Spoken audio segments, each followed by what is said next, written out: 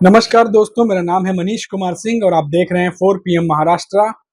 और चुनाव खत्म होने के बाद, रिजल्ट आने के बाद सभी पार्टियां जो हैं वो मंथन में लगी हुई हैं और हार के कारणों का विश्लेषण कर रही हैं। और ऐसा ही कुछ महाराष्ट्र में भी देखने को मिल रहा है। और एक बहुत बड़ी चीज़ जो है वो सामने आई है। वो खबर क्या है मैं आपको बताऊंगा। आज की वीडियो में आपको महाराष्ट्र से 3 बड़ी खबरें बताने वाला हूं और ये तीनों ही खबरें आपको जानना बेहद ज़रूरी है। तो एक एक करके मैं शुरुआत करता हूं और तीनों खबरें जानने के लिए पूरा वीडियो देखिएगा। और तीनों ही खबरें जो हैं वो आपको पसंद आएंगी।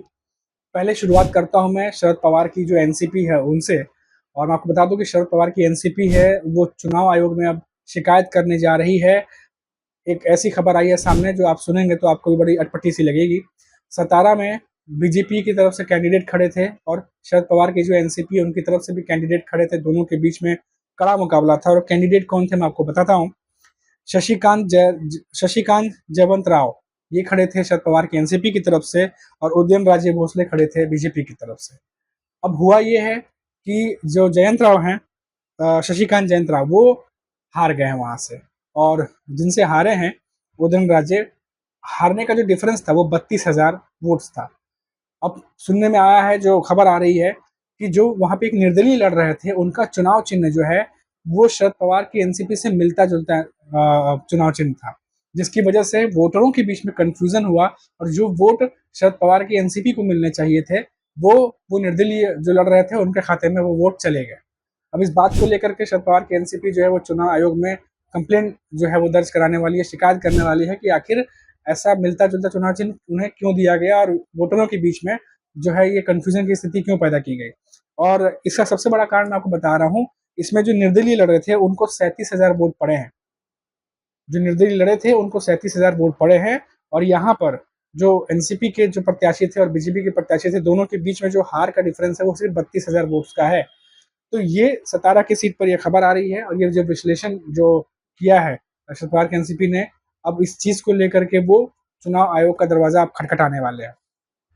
और कंफ्यूजन की स्थिति इसलिए क्योंकि शरद पवार की जो एनसीपी है उनमें भी जो इंस्ट्रूमेंट तुरही जो इस्तेमाल होता है और वैसा ही कुछ मिलता जुलता एक प्लेइंग इंस्ट्रूमेंट जो है वो इन निर्दलीय दल का जो प्रत्याशी थे उनका भी था, जिसकी वजह से दोनों में कंफ्यूजन की स्थिति हुई, जो मैंने आपको खबर बताई है।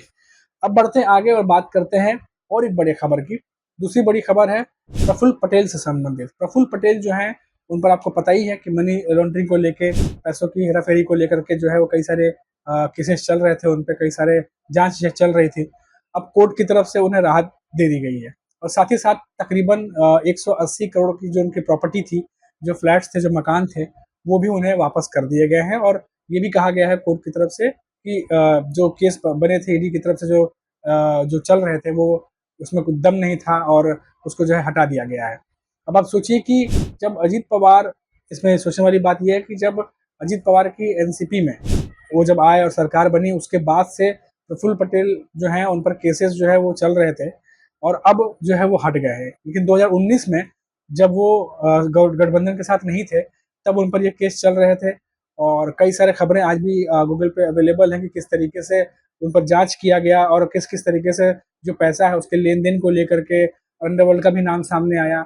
और जो प्रॉपर्टी लिए गए थे उसका पूरा विश्लेषण करते हुए जो है जांच बिठाई गई थी ईडी की तरफ से।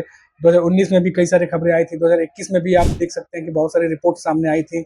लेकिन 2022 के बाद जब गठबंधन बना और अजीत पवार की पार्टी में वो नेता हैं और अजीत पवार की एनसीपी जो है वो गठबंधन की सरकार चला रही है इस समय महाराष्ट्र में, और उसके बाद अब खबर आई है कि कोर्ट की तरफ से उन्हें रिहा कर दिया गया है, जमानत बरी कर दिया गया है और जो तमाम केसेस चल रहे थे वो हटा दिया गया है। और साथ ही साथ उनके जो 180 करोड़ की प्रॉपर्टी थी उन्हें लौटा दी गई है। तो खैर ये तो अभी बहुत सारे जो लोग हैं, कई सारी खबरें जो आ रही हैं, अभी इस पर रिएक्शन भी लोगों के जमकर आ रहे हैं कि ये सब शामिल होने के बाद जो है, सरकार के साथ आने के बाद जो है इस तरीके से उनको रिहाई कर दिया गया है, ढील दी गई है। और कई सारी ऐसी बातें आ रही हैं जो लोग अभी सोशल मीडिया पे कर रहे हैं इस चीज़ को लेकर के। वहीं अब मैं बढ़ता हूँ तीसरी खबर की तरफ। तीसरी खबर जो है वो एक ऐसी खबर है जो इन दिनों महाराष्ट्र की राजनीति में दबा के चल रही है। वो है संपर्क की राजनीति। संपर्क की राजनीति मतलब कि दूसरे दल के जो नेता हैं वो दूसरे दल के नेता किसी और दल के नेता को ये कह रहे हैं कि उनके विधायक या उनके नेता हमारे संपर्क में है। ये संपर्क में है का खेल आखिर शुरू कैसे हुआ है। महाराष्ट्र में 20 मई को रिजल्ट आ गए थे, 4 मई को 20 मई को वोट खत्म हो गया था और 4 मई को जो है वो रिजल्ट आ गए थे। अब 4 जून को रिजल्ट आने के बाद तमाम जो पॉलिटिक्स की राजनीति है बिसात तो चलनी शुरू हो गई। और मैं आपको बताता हूँ कि जो सुनील तटकरे हैं, अजित पवार के खेमे के नेता एनसीपी के सुनील तटकरे ने ये कहा सबसे पहले कि हमारे संपर्क में जो बाकी के पार्टियां हैं, उद्धव ठाकरे हुए या शरद पवार हुए, उनके जो बड़े नेता हैं वो हमारे संपर्क में है। सुनील तटकरे से ये बात शुरू हुई। उसके बाद फिर यूबीटी ग्रुप की तरफ से दबी जुबान में ये कहा गया कि एकनाथ शिंदे के जो बड़े नेता हैं, बड़े सांसद हैं, वो यूबीटी ग्रुप के संपर्क में है। और कई सारे मीडिया चैनलों में और तमाम अखबारों में ये रिपोर्ट्स भी छपी। इसके बाद ये राजनीति तेज हो गई, संपर्क वाली राजनीति, कि कौन किसके संपर्क में है, कौन किसमें जो है वो अदला बदली करने वाला है। और इन सबके बीच जब सुनील तटकरे ने ये बात कही, अजित पवार के एनसीपी के नेता हैं, तब इन्हीं के जो पहले एनसीपी हुआ करती थी, यानी रोहित पवार, जो ग्रैंड नेफ्यू है शरद पवार के, रोहित पवार ने ये कहा कि एनसीपी के नेता, कई बड़े नेता, वो हमारे संपर्क में है। तो एक तरीके से जो टूटी हुई एनसीपी है, 2 एनसीपी, तो पहले सुनील तटकरे से ये बात कहा गया, सुनील तटकरे के बाद कहने के बाद रोहित पवार की तरफ से ये कहा गया कि आपके पार्टी के नेता हमारे संपर्क में है। तो ये जो संपर्क वाली राजनीति है, ये इस समय महाराष्ट्र में गजब चल रही है। और साइकोलॉजिकल गेम जो है वो खेला जा रहा है दोनों तरफ से, एक तरफ से नहीं, दोनों तरफ से। और इसमें अपडेट क्या है, मैं आपको अपडेट बताता हूँ।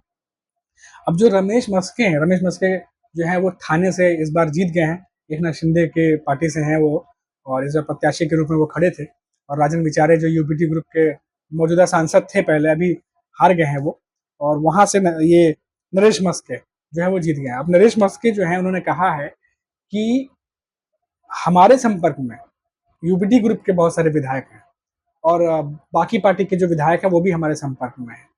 तो हम जो हैं वो आगे चल करके और मजबूत हो सकते हैं।